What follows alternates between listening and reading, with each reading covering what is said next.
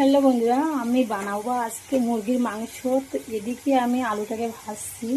তো দেখো, আলুটাকে সুন্দর করে লাল লাল করে ভেজে নিচ্ছি। আর কালারটা কেন এরকম আসছে বুঝতে পারছি না।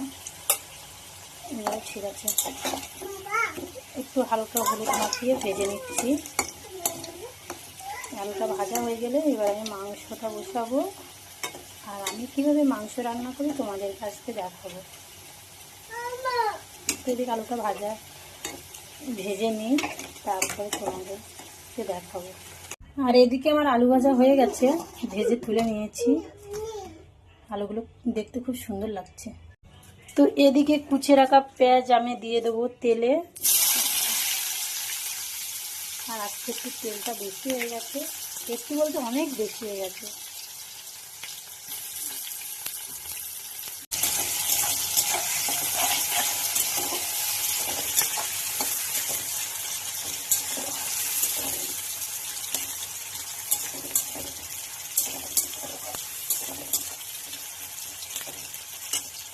আর এদিকে আমি আদা, রসুন, দারচিনি, এলাচ, লবঙ্গ, জিরে সব কিছু একসঙ্গে মিক্সারে মিক্স করে নিয়েছি।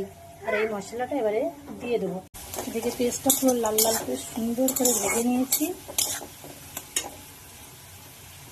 আর এদিকে বানিয়ে রাখা মশলাটা দিয়ে দিলাম। এদিকে আমার মামাম সাইকেল নিয়ে চলে আসছে কিচেন রুমে। কি দুষ্টু, মানে আমাকে ভালোভাবে রান্নাও করতে দেয় না। আমি একটু বকে দিয়েছি, এদিকে আমার মামাম কান্না করছে, মানে এবারে কোলে উঠবে, আর কিছু নাই। মায়ের কোলে উঠে খুব খুশি। দেখো, এদিকে মশলা দিয়ে ভালো সুন্দর করে একটু ভেজে নিলাম।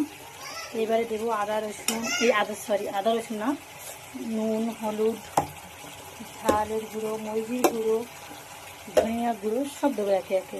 তোমরা দেখতে থাকো। প্রথমে তো নুন দিয়ে নিলাম, তারপরে হলুদ, একটু গুঁড়ো লঙ্কা, একটু সামান্য গোলমরিচের গুঁড়ো দিয়ে দিলাম। তারপরে একটু দিয়ে দিলাম ধনিয়া গুঁড়ো।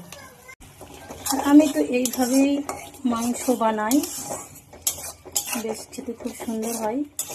আর তোমরা কে কেমন করে বানাও অবশ্যই জেনে থাকলে কমেন্টে জানিও। তো দেখো, কালারটা অনেকটাই সুন্দর এসেছে।